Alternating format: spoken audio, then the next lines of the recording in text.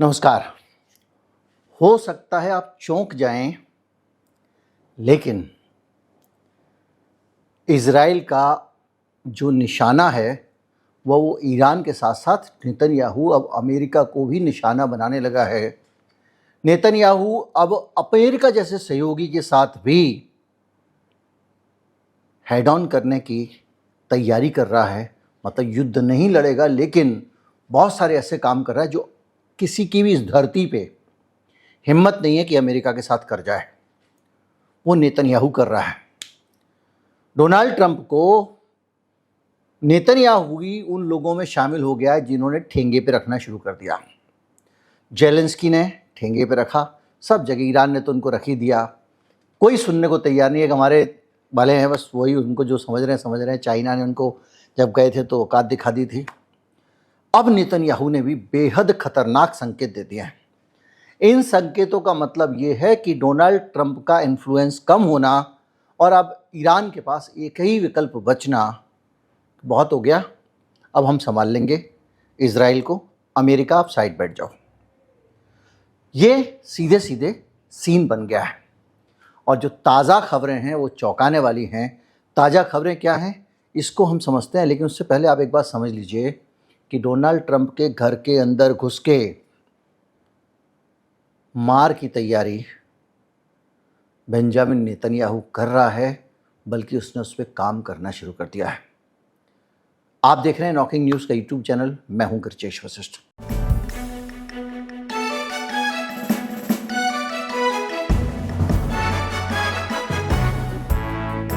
खबर यह है कि इस खबर के दो पहलू हैं। एक तो अमेरिका और इजराइल के बीच में सीधे सीधे वाला, और दूसरा है कि अमेरिका को चुनौती देने वाला।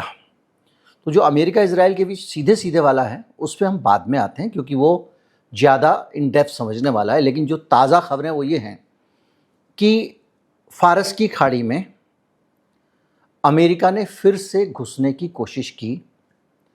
उसका एक युद्ध विमान है, युद्धक जहाज़ है, USS ट्रिपोली। ये एम्फीबियन है। एम्फीबियन का मतलब ये समुद्र में भी लड़ाई लड़ लेता है, ज़मीन पर भी लड़ाई लड़ लेता है। इसके अंदर बहुत सारे मैरीन्स होते हैं, मतलब बहुत सारे सैनिक भी होते हैं, हेलीकॉप्टर भी होता है, तमाम सारी चीज़ें। यानी अगर आपको ज़मीनी हमला करना है ईरान पे तो आप इसका इस्तेमाल करना पसंद करोगे। और ये अपने आप में बड़ा, ऐसे समझ लीजिए कि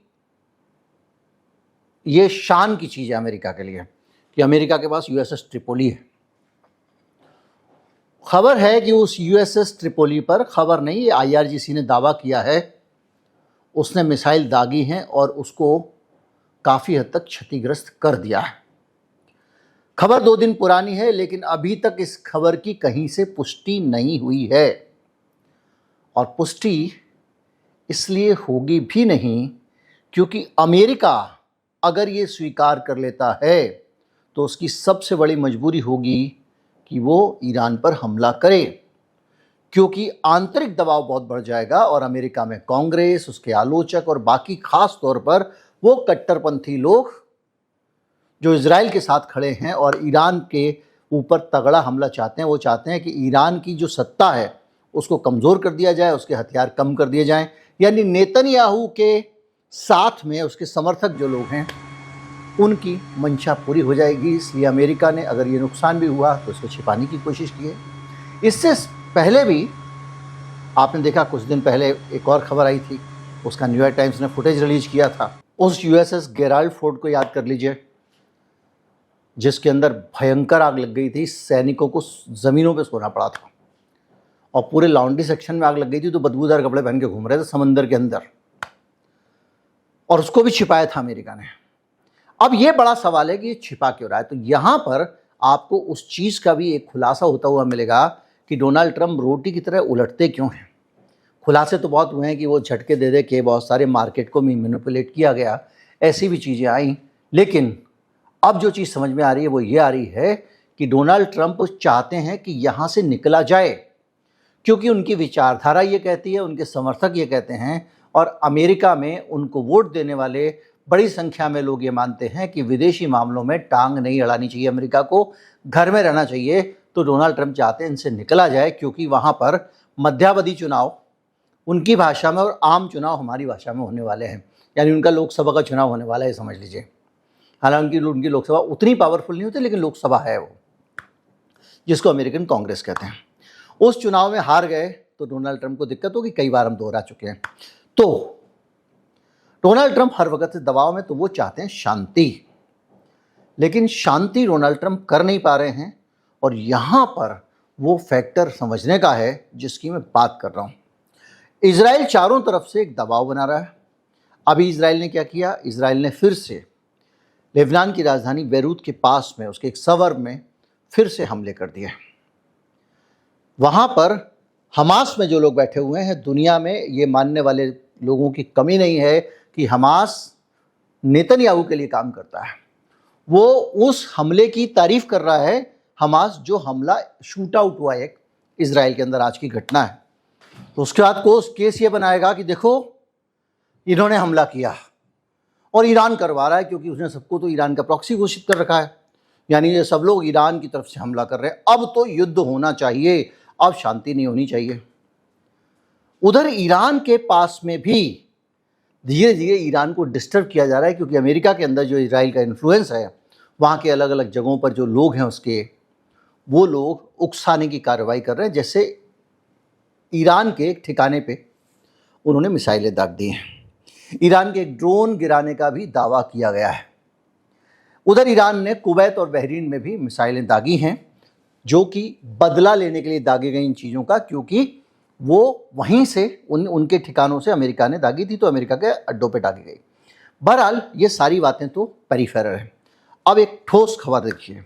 खबर इतनी खतरनाक है कि आप कहेंगे कि नेतन्याहू की इतनी हिम्मत। बेंजामिन नेतन्याहू ने जो काम किया है वो दुनिया में किसी की हिम्मत नहीं है। एक खुलासा हुआ है न्यूयॉर्क टाइम्स का, वो बता रहा है कि नेतन्याहू ने डोनाल्ड ट्रंप के घर के अंदर अपने जासूस फिट कर दिए हैं। यानी जो मोसाद है वो ट्रंप की जासूसी कर रहा है, और इसके साथ साथ जो वहाँ पर जो स्टीव विटकॉफ हैं, जो वार्ताकार हैं, ईरान के साथ बातचीत कर रहे हैं, और पेंटागन के जो पॉलिसी चीफ हैं वो एड्रिज एकॉल्वी, और एक और अधिकारी है माइकल पी डिमिनो फोर्थ। इन तीनों अधिकारियों के ऊपर नज़र रखी जा रही है, और नज़र नहीं रखी जा रही है, बल्कि कुछ ऐसी घटनाएं हुई हैं जो डराने वाली हैं। भारत में जैसे मोदी जी खरीद के लाए थे वहाँ से पेगासस, और वो राहुल गांधी वगैरह के उसमें डाला गया था, बहुत सारे पत्रकारों के उसमें डाला गया था, वैसा ही एक सॉफ्टवेयर, नाम तो उसका नहीं बताया गया है, अमेरिका के इन इम्पोर्टेंट लोगों के मोबाइल में मिला है। और अमेरिका के जो सैनिक इजराइल में ड्यूटी कर रहे थे, उनके अपने मोबाइल फ़ोन के अंदर जासूसी वाला सॉफ्टवेयर पाया गया है। आपको याद होगा कि जब अभी अमेरिका के लोग डोनाल्ड ट्रंप के साथ यात्रा पे चाइना गए थे, तो उनके दिए हुए गिफ्ट और उनके जो मोबाइल उन्होंने इस्तेमाल किए थे वो चाइना में ही फेंक के आ गए थे। लेकिन वो तो चाइना है और यहाँ ईरान है। और इन हरकतों के सामने आने के बाद अमेरिका ने सीरियस कैटेगरी से इजराइल को काउंटर इंटेलिजेंस के मामले में क्रिटिकल कैटेगरी में डाल दिया है। इससे खतरनाक कोई कैटेगरी नहीं होती। यानी अमेरिका एकदम सुपर इमरजेंसी मोड में है, इजराइल की जासूसी से बचने के लिए पूरे घोड़े खोल रहा है अमेरिका कि इजराइल जासूसी ना करे। ये न्यूयॉर्क टाइम्स की खबर है, ये मैं नहीं कह रहा हूँ। रिपोर्ट बता रही है कि अमेरिकी रक्षा कर्मियों ने इजराइल में अपने मोबाइल फ़ोन में ये पेगासस जैसा सॉफ्टवेयर पाया। इसके साथ साथ एक और रिपोर्ट है जो कह रही है कि DIA का जो मुख्यालय है वहाँ पर भी बग मिले। बग मतलब ऐसे उपकरण जिनको लगा दो और वो पूरा दूर तक सुनाई देता है, सुनने वाले। और इसके साथ जो है सीक्रेट सर्विस के वाहन में भी, अमेरिका की सीक्रेट सर्विस के वाहन में निगरानी की जा रही थी इजराइल के, वहाँ पर भी कुछ लगे हुए थे उपकरण। और ये खबरें आने के बाद आपने बताया, हालांकि इस रिपोर्ट के आने के बाद व्हाइट हाउस ने भी खंडन कर दिया और इजराइल ने भी खंडन कर दिया। यहाँ पे भी वही फैक्टर, अगर इसका खंडन ना करें तो अमेरिका के पास इसके अलावा कोई कार्रवाई नहीं बचती कि नेतन्याहू और इजराइल के खिलाफ कड़े कदम उठाए। इतने कड़े कदम, सैंक्शन वैंक्शन सब कुछ, क्योंकि अमेरिका का कानून अमेरिका के नागरिकों की जासूसी की इजाज़त नहीं देता। आपको याद होगा जब पेगासस का मामला खुला था तो पेगासस कंपनी ने अपना एक भी सॉफ्टवेयर अमेरिका में नहीं बेचा था, क्योंकि अमेरिका में बेचने का मतलब खतरनाक हो सकता था। अब अगर ये देखा जाए तो इन सारी चीज़ों के पीछे एक वजह ये मानी जा रही है कि नेतन्याहू पूरी तरह से ये रोकना चाहते हैं। क्या चीज़? शांति प्रक्रिया। उनको पता है कि डोनाल्ड ट्रंप शांति करना चाहता है, क्योंकि वापस लौटना चाहता है। अब आप इस चीज़ को समझिए, जब हम अभी बात कर रहे थे कि जो डोनाल्ड ट्रंप के बयान रोटी की तरह चवन्नी की तरह उछलते पलटते हैं, तो वो क्यों? क्योंकि डोनाल्ड ट्रंप जैसे ही पीस प्रोसेस में जाता है नेतन्याहू को सूचना मिल जाती है। नेतन्याहू को सूचना मिलती है तो एक बड़ी लॉबी अमेरिका में है, जिसमें बहुत सारे डोनर्स हैं, फंडर्स हैं, जो पॉलिटिकल पार्टीज़ को मोटा चंदा देते हैं। डोनाल्ड ट्रंप उनके चंदे से चुनाव लड़ता है। इसके अलावा वहाँ डिफेंस में जो लोग इनके प्लांटेड हैं, वहाँ के सिस्टम में जो लोग प्लांटेड हैं, वो सब सक्रिय हो जाते हैं और ग्राउंड पे भी एक्टिविटीज़ तेज हो जाती हैं पीस प्रोसेस को पटरी से उतारने की। आप देखते जाइए, जैसे ही शांति के मामला नज़दीक पहुँचता है, कुछ ना कुछ बदमाशी इजराइल करता है। कोई ईरान का दुश्मन होगा, उसके यहाँ मिसाइल गिरा देगा। ईरान कहेगा मैंने नहीं गिराई, और उसके यहाँ गिर जाएगी और कहेगा अच्छा ईरान ने मुझे मिसाइल मारी, आपस में लड़ा दो। जिसको कहते हैं फॉल्स फ्लैग। यहाँ तक कि दियागो गार्सिया में अमेरिका के अड्डे पे ईरान का नाम लेकर 2 मिसाइलें दागी गई थी। यहाँ तक कि पूरा का पूरा कतर में बर्बादी कर दी है। ये सब तरफ से खतरनाक काम चल रहा है। और इन्होंने एक चीज़ और कान भर दी है। किसके? जो राजा है ना, वो शेख उनका यूएई का, उसे कान भर दिया, भाई तुम्हारी सरकार पलटने वाला है, ईरान रिजीम चेंज होने वाला है। क्योंकि अरब लोग जो हैं वो नहीं चाहते कि अमेरिका की जेब में जाकर यूएई बैठे, और यूएई अमेरिका की जेब में बैठा हुआ है। यूएई अमेरिका की जेब में नहीं बैठा हुआ है, इजराइल के इशारों पे भी खेल रहा है, इजराइल के डिफेंस सिस्टम ले रहा है, यानी वो प्रॉक्सी बना हुआ है।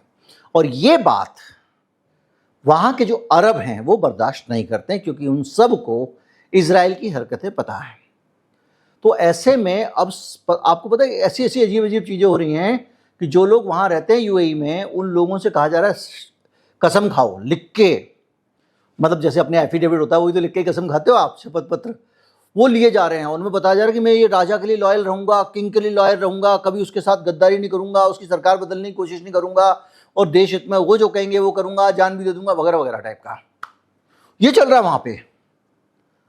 अब आप सोचिए, जिस राजा को एक खतरा होगा वो राजा किसी भी तरह से ईरान को छोड़ेगा? भड़का दिया। और उसके अलावा जब पहले दिन से पता है कि भाई लेबनान जो है वो पीस प्रोसेस का हिस्सा है, ये तय हुआ ईरान के साथ में, और उसके बावजूद ही हमले पे हमला किया जा रहा। अब तो हद हो गई है। डोनाल्ड ट्रंप खुद बीच में आ गया। उसने हिजबुल्लाह से बात की, इनसे बात की, और शांति का ऐलान किया कि अब इस फ्रंट पे युद्ध नहीं होगा। उसके बावजूद जाके इसने वहाँ की राजधानी बैरूत के पास में उसके एक सवर में मिसाइल गिरा दी, बम गिरा दिए।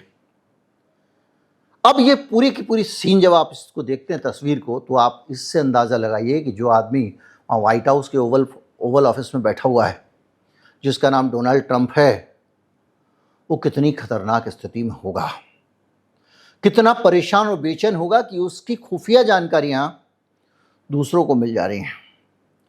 और बात ये नहीं है कि पहली बार इजराइल ने आंख दिखाई, आंख पहले भी दिखा चुका है। जब ओबामा ने ईरान के साथ में शांति समझौता कर लिया था तो इजराइल को पसंद नहीं आया था, और जैसे ही डोनाल्ड ट्रंप आया, इजराइल ने उसको प्रेशर डाल के कि भैया इलेक्शन जितवाया हमने, आप इस समझौते को तोड़ो। समझौता तोड़वाया, उससे यम हमला कराया ईरान पे। उसका जो नतीजा हुआ वो हम सब जानते हैं। अब वो नतीजा और ज़्यादा खतरनाक हो जाएगा, क्योंकि इजराइल तो इस पे है कि अगर ये शांति करके निकल गए तो फिर गड़बड़ हो जाएगा।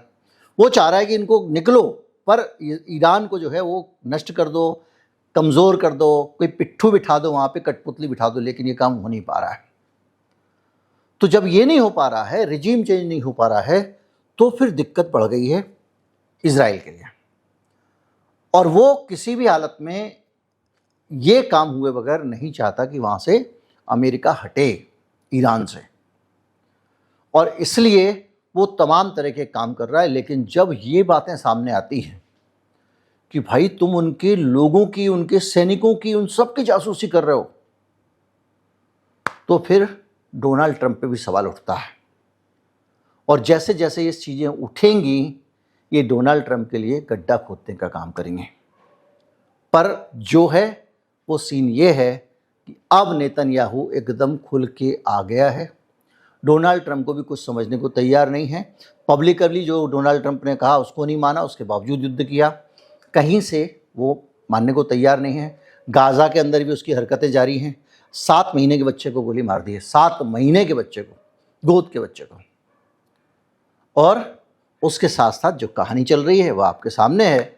और इस कहानी के बीच में ये तो सार्वजनिक रूप की बात है, और गुप्त रूप से जो है वो सीधे के सीधे घुसा हुआ है। वहाँ लोग घुसाए हुए हैं, जासूस घुसाए हुए हैं। याद कीजिए, इसने ईरान के अंदर जासूस घुसाए हुए थे और कैसे ईरान के बड़े बड़े नेताओं को मरवा दिया उनकी जानकारी लेके। इसने ईरान के परमाणु फखरीजादे हो या उस कासिम सुलेमानी हो, उन सबको मरवाया। इस आदमी ने हुजबुल्लाह के पेजरों के अंदर सर्किट में चेंज करा के उनको ब्लास्ट कराया। यानी सब जगह मोसाद के जासूस घुसे रहते हैं। ईरान ने तो एक बार में समझ के और इनको सब साफ कर दिया, अब एकदम क्लीन कर दिया उन्होंने अपना देश। पर अमेरिका में कैसे पता लगेगा कौन जासूस है? कैसे पता लगेगा कि आसपास कौन सी मूर्ति के अंदर कान लगे हुए हैं? पर जो भी है, अब मामला एकदम नेक्स्ट स्टेज पे पहुंच गया है। और इस सिचुएशन में 2 बातें हो सकती हैं। एक तो डोनाल्ड ट्रंप खुद एक्शन लें, जिसकी दूर दूर तक उम्मीद नहीं की जानी चाहिए। और दूसरी ये कि ईरान कहे कि ट्रंप तुम हट जाओ, अब हमको निपट लेने दो। पर होना कुछ बड़ा है, और मुझे लग रहा है कि जल्दी ही हम फिर से इजराइल के ऊपर कुछ मिसाइलें गिरती हुई देखेंगे। नमस्कार, जय हिंद।